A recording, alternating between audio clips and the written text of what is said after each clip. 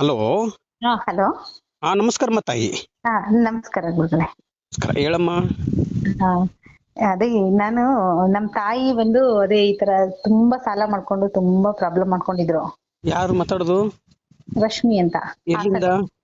ಹಾಸನಿಂದ. ಹಾಸನಿಂದ. ಹೇಳಮ್ಮ. ಈ ತುಂಬಾನೇ ಪ್ರಾಬ್ಲಮ್ ಅಲ್ಲಿ ಇದ್ರು. ಈಗ 2 ಲಕ್ಷ ಅಮೌಂಟ್ಗೆ ಅಲ್ಲಿ ಸ್ವಲ್ಪ ರಾಜಕೀಯ ವ್ಯಕ್ತಿಗಳ ಹತ್ರ ಇಸ್ಕೊಂಡಿದ್ರು. ಏನೋ ಹುಷಾರಿಲ್ಲ ಅಂತ ತಗೊಂಡು ಅದು ಜಾಸ್ತಿ ಆಗಿ ಒಂದ್ 10 ಲಕ್ಷ ಆಗಿ ಮತ್ತೆ 20-25 ಲಕ್ಷ ಆಗೋಗ್ಬಿಟ್ಟಿತ್ತು ಸಾಲ ಎಲ್ಲ.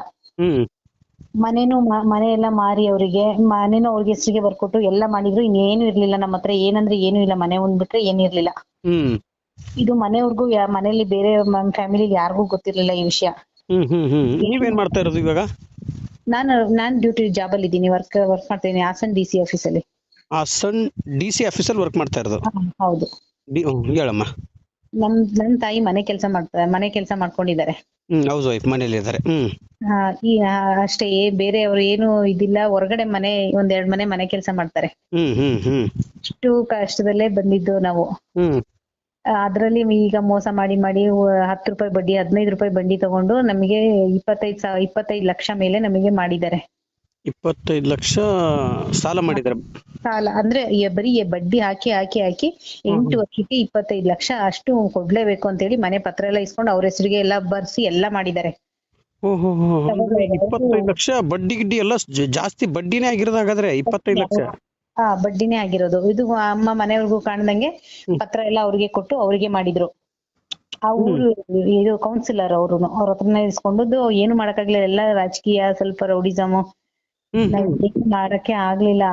ಇದ್ರಲ್ಲಿ ನಾವು ಒಂದ್ಸಲ ನಿಮಗ್ ಕಾಲ್ ಮಾಡಿದ್ವಿ, ನೀವು ರಾಯರ್ನ ನಂಬಿ ಅಂತ ಅಂದ್ರೆ ಅಷ್ಟೇ. ನಾವು ಪೂಜೆ ಮಾಡಿದ್ವಿ, ಬಂದ್ವಿ, ಮಂತ್ರಾಲಯ ಹೋದ್ವಿ. ಮಂತ್ರಾಲಯದಲ್ಲಿ ಗೋಮಾತೆ ಸಿಕ್ಕಿದ್ರು 2 ಸಲ. ಹೋಗುವಾಗ್ಲೂ ಸಿಕ್ಕಿದ್ರು, ಮತ್ತೆ ನಾವು ಇದು ಊರಿಗೆ ಹೊರಟ್ವಿ ಆಗ್ಲೂ ಸಿಕ್ಕಿದ್ರು. ಬಾಳೆಹಣ್ಣು, ನಾವು ಮನೆಯಿಂದ ಬಾಳೆಹಣ್ಣೆಲ್ಲ ತಗೊಂಡೋಗಿದ್ವಿ ಇಲ್ಲಿಂದಾನೆ. ನಾವು ತಿನ್ಸಿದ್ವಿ. ಆಮೇಲೆ ಫೋಟೋ ಎಲ್ಲ ತೆಗ್ದು ನಿಮಗೆ ಕಳ್ಸಿದ್ದೆ ವಾಟ್ಸಪ್ ಅಲ್ಲಿ ಎಲ್ಲ.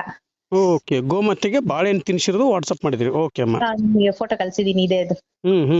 ಆಮೇಲೆ ಅದಾಗಿ ಮತ್ತೆ ಮನೆಗ್ ಬಂದ್ವಿ. ಮನೆಗ್ ಬಂದು ಮಾಮೂಲಿ ಪೂಜೆ ಎಲ್ಲ ಮಾಡಿ ಮುಡುಪ್ ಕಟ್ಟಿ ದೇವ್ರಿಗೆ, ದೇವಸ್ಥಾನಕ್ಕೆ ಹೋಗಿ ಬಂದ್ಮೇಲೆ ಮುಡುಪ್ ಕಟ್ಟಿವಿ. 9 ವಾರ ಪೂಜೆ ಮಾಡಿದ್ವಿ.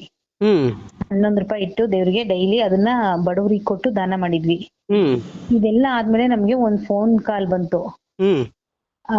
ನಮ್ದು ನಂಬರ್ ಇದುವರೆಗೂ ಒಂದೇ ನಂಬರ್ ಇಟ್ಕೊಂಡಿದ್ರು. ಅಂದ್ರೆ ಲ್ಯಾಂಡ್ ಲೈನ್ ಇತ್ತು ನಮ್ದು ಆಗ ಮನೇಲಿ.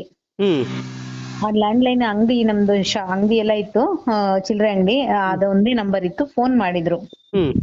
ಫೋನ್ ಮಾಡಿ, ನಾವು ಬಹಳ ವರ್ಷದ ಹಿಂದೆ ನಾನ್ ನಿಮ್ಗೆ ಹೆಲ್ಪ್ ಮಾಡಿದ್ವಿ, ನೀವು ಹೆಲ್ಪ್ ಮಾಡಿದ್ರಿ. ಸೋಲಾರ್ ಚಂದ್ರಾಯಪಟ್ಟಣ ಅಂತಿದೆ, ಅಲ್ಲಿ ಸೋಲಾರ್ ವಿಷಯದಲ್ಲಿ ಹಾಸ್ಟೆಲ್ಗಳಿಗೆ ಮತ್ತೆ ದೊಡ್ಡ ದೊಡ್ಡ ಇದಕ್ಕೆಲ್ಲ ಅವ್ರಿಗೆ ಇವ್ರದ್ದು ಕಾಂಟ್ಯಾಕ್ಟ್ ಕೊಟ್ಟಿದ್ವಿ. ಅದರಿಂದ ಅವರು ತುಂಬಾ ಚೆನ್ನಾಗಿದ್ರು. ಸೋಲಾರ್ ಲೈಟಿಂಗ್ಸ್ ಮತ್ತೆ ಸೋಲಾರ್ ವಾಟರ್ದು ಎಲ್ಲ ಅದ್ರದ್ದು ಮಾಡಿ ಅವ್ರು ತುಂಬಾ ಚೆನ್ನಾಗಿದ್ರು. ಇಷ್ಟು ವರ್ಷ ಬಿಟ್ಟು ಕಾಲ್ ಮಾಡಿರ್ಲಿಲ್ಲ ನಮಗೆ, ಅವ್ರ ಕಾಂಟ್ಯಾಕ್ಟೇ ಇರ್ಲಿಲ್ಲ. ಅವ್ರು ಯಾರು ಅಂತಾನೆ ಗೊತ್ತಿಲ್ಲ ನಿಮ್ಗೆ? ಅವಾಗ ಫಸ್ಟ್ ಹೇಳಿ ಅವ್ರದ್ದು ವಿಸಿಟಿಂಗ್ ಕಾರ್ಡ್ ಮಾತ್ರ ನಾನು ಹಂಚಿದ್ದೆ ಅಲ್ಲೆಲ್ಲ, ಅಷ್ಟೇನೆ. ಬಿಟ್ಟು ಬೇರೆ ಏನು ನಾವು ಅವ್ರ ಕಾಂಟ್ಯಾಕ್ಟ್ ಇಲ್ಲ, ಅವ್ರ ಮುಖ ಸಮೇತ ನಾವು ನೋಡಿಲ್ಲ. ಆಮೇಲೆ ಅವ್ರಾಗೆ ಕಾಲ್ ಮಾಡಿದ್ರು, ಈ ತರ ಚೆನ್ನಾಗಿದ್ದೀರಾ ಏನಂತ, ನಮ್ಗೆ ಯಾರಂತ ಗೊತ್ತಾಗ್ತಿರೋದಕ್ಕೆ. ಅವಾಗ ನೀವ್ ಹಿಂಗೆ ನಮ್ದು ಕಾರ್ಡ್ ಎಲ್ಲ ಕೊಟ್ಟು ನಮ್ ಪರಿಚಯ ಮಾಡಿದ್ರಿ, ಹಂಗಾಗಿ ಈಗೆಲ್ಲ ನಾವೆಲ್ಲ ಸಖತ್ ಫೇಮಸ್ ಆಗಿದೀವಿ. ನಮ್ಮ ಹೆಸರು ವೆಂಕಟೇಶ್ ಅಂತ ಹೇಳಿದ್ರು. ಹೌದಾ ಸರಿ ಅಂತಂದ್ವಿ. ನಾವು ಹಾಸನಲ್ಲಿ ಒಂದು ಆರ್ಡರ್ ಇದೆ, ಬರ್ತೀವಿ ಅಂತ ಅಂದ್ರು. ಸರಿ ಬನ್ನಿ ಸರ್ ಅಂತ ಅಂದ್ವಿ. ಹಾಸನಿಗೆ ಬಂದ್ರು. ಅವಾಗ ನೋಡಿದ್ವಿ, ನಮ್ದೆಲ್ಲ ಈ ತರ ಇಷ್ಟೊಂದು ಪ್ರಾಬ್ಲಮ್ ಅಲ್ಲಿ ಇದೀವಿ, ಏನ್ ಸರ್ ನಾವೆಲ್ಲ ಅಂಗಡಿ ಎಲ್ಲ ಓಪನಿಗೆಲ್ಲ ಬರಕ್ಕಾಗಲ್ಲ ಅಂತ ಹಿಂಗ್ ಮಾತಾಡಿದ್ವಿ. ಅವರು ಇಲ್ಲ, ಎಲ್ಲ ಒಳ್ಳೇದಾಗುತ್ತೆ ಬಿಡಿ ಅಂತ ಹೇಳಿ ಮಾತಾಡ್ಕೊಂಡು ಹೋಗಿ 2 ದಿನ ಬಿಟ್ಟು ಮತ್ತೆ ಕಾಲ್ ಮಾಡಿ, ನಿಮ್ದು ಏನ್ ಪ್ರಾಬ್ಲಮ್ ಇದ್ರು ನಾನ್ ಸಾಲ್ವ್ ಮಾಡ್ತೀನಿ, ಏನು ಹೆದರ್ಕೋಬೇಡಿ ಅಂತ ಅಂದ್ರು. ಮತ್ತೆ 2 ದಿನ ಬಿಟ್ಟು ಬಂದು ಅವ್ರು ಯಾರಿದ್ದಾರೆ ಅವ್ರ ಹತ್ರ ಮಾತಾಡಿದ್ರು. ಸಾಲ ಇಸ್ಕೊಂಡಿದ್ರಲ್ಲ ಅವ್ರ ಹತ್ರ ಮಾತಾಡಿ, ನಿಮ್ದು ಅಮೌಂಟ್ ಎಲ್ಲ ನಾನ್ ಸೆಟ್ಲ್ ಮಾಡ್ತೀನಿ ಅಂತ ಹೇಳಿ ಅವ್ರಿಗೆ ಅಮೌಂಟ್ ಕೊಟ್ಟು ಮನೆ ಸೆಟ್ಲ್ ಮಾಡಿ ಮನೆ ಬಿಡಿಸಿ, ಈಗ ಮನೆ ಇದೆ ಅಲ್ಲೇನೆ.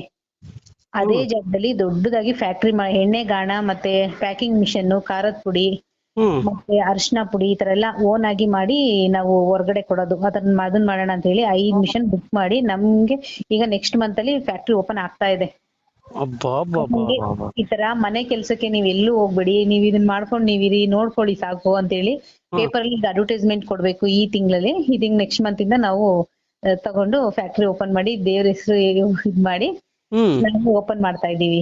ಇಷ್ಟು ನಡೆದಿದೆ ನನಗೆ. ಒಂದು ಆಗಿರೋದು ತುಂಬಾ ಚಿಕ್ಕ ಸಮಯದಲ್ಲಿ ಆಗಿರೋದು 1.5 ತಿಂಗಳೊಳಗಡೆ ಆಗಿರೋದು. ಅದು ನಮ್ಗೆ ಯಾರಿಂದನೂ 3ನೇ ವ್ಯಕ್ತಿ ಬಂದು ನಮ್ಗೆ ಇಷ್ಟು ಹೆಲ್ಪ್ ಮಾಡಿದಾರೆ ಅಂದ್ರೆ ನನಗೆ ಇವತ್ತಿಗೂ ನಂಬಕ್ ಆಗ್ತಾ ಇಲ್ಲ.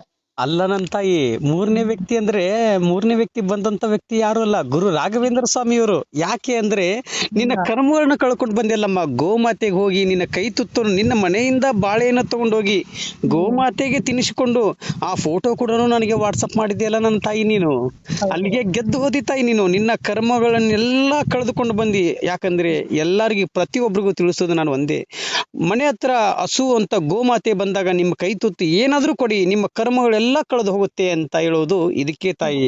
ನೋಡಿ, 1.5 ತಿಂಗಳಲ್ಲಿ 25 ಲಕ್ಷ ದುಡ್ಡು ಸಾಲನೂ ಕ್ಲಿಯರ್, ನಿಮ್ಮ ಫ್ಯಾಕ್ಟ್ರಿನೂ ಬಂತು.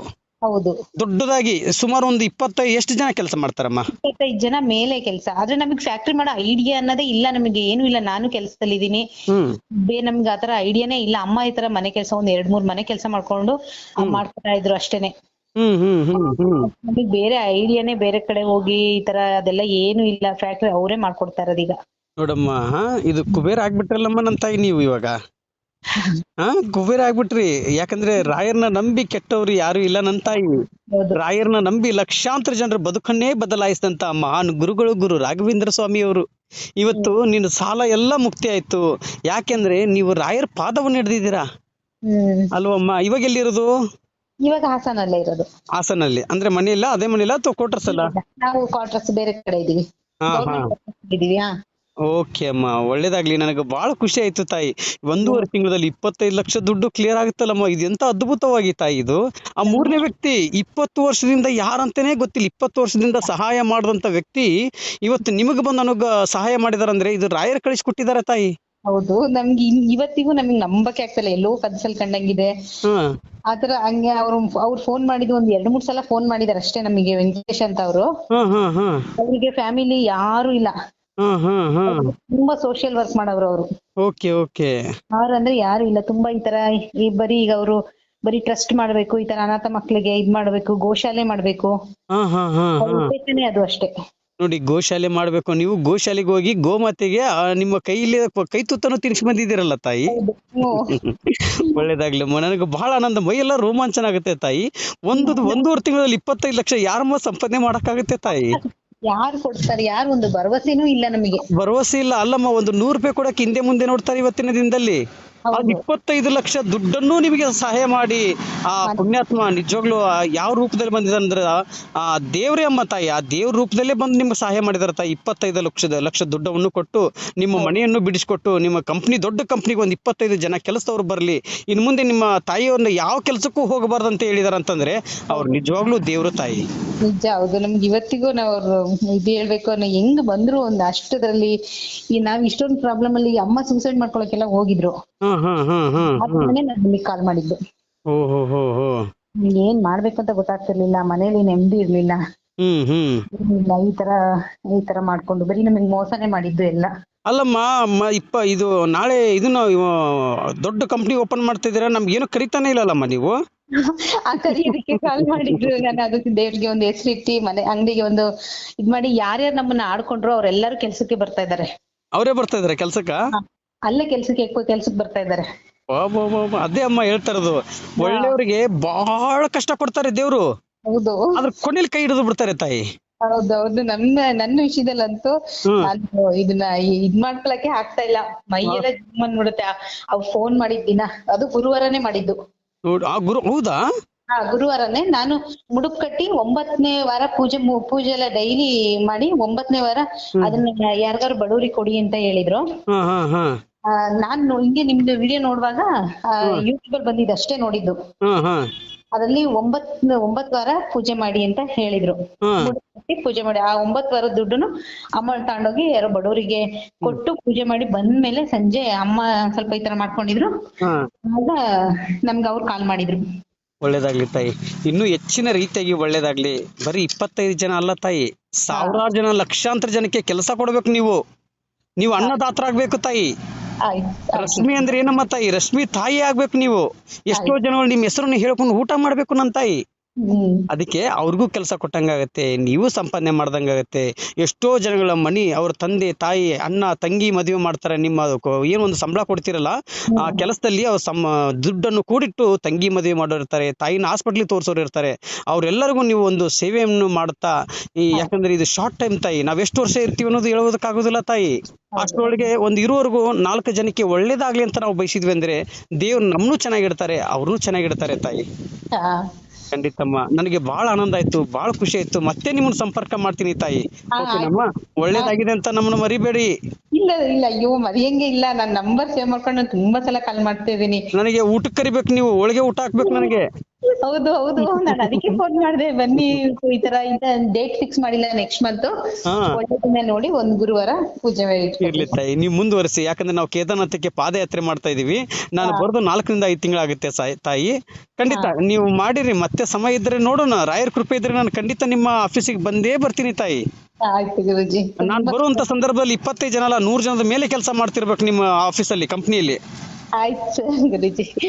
ಒಳ್ಳೇದಾಗ್ಲಿ ತಾಯಿ, ಇನ್ನು ಹೆಚ್ಚಿನ ರೀತಿಯಾಗಿ ಒಳ್ಳೇದಾಗ್ಲಿ. ಮತ್ತೆ ರಶ್ಮಿ ಅವರಿಗೆ, ಅವರ ತಾಯಿಯವರಿಗೆ, ಅವ್ರ ಕುಟುಂಬದವರಿಗೆ, ಅವ್ರ ಎಲ್ಲಾ ಸಹ ಕುಟುಂಬ ಅವರೆಲ್ಲರಿಗೂ ಒಳ್ಳೇದಾಗ್ಲಿ ಅಂತೇಳಿ ರಾಯರ ಪಾದವನ್ನು ಹಿಡಿದು ನಾನು ಕೇಳ್ತಾ ಇದ್ದೀನಿ. ಪೂಜ್ಯಾಯ ರಾಘವೇಂದ್ರಾಯ ಸತ್ಯ ಧರ್ಮ ರಥಾಯ ಚ ಭಜತಾಂ ಕಲ್ಪವೃಕ್ಷಾಯ ನಮ್ಮ ತಾಂ ಕಾಮಧೇನುವೆ. ರಾಯರಿದ್ದಾರೆ, ರಾಯರಿದ್ದಾರೆ, ರಾಯರಿದ್ದಾರೆ ತಾಯಿ. ವಿಡಿಯೋ ಕೇಳಿದ ಮೇಲೆ ಸುಮ್ಮನೆ ಆಗಬೇಡಿ, ರಾಯರಿದ್ದಾರೆ ಅಂತ ಕಮೆಂಟ್ ಮಾಡಿ.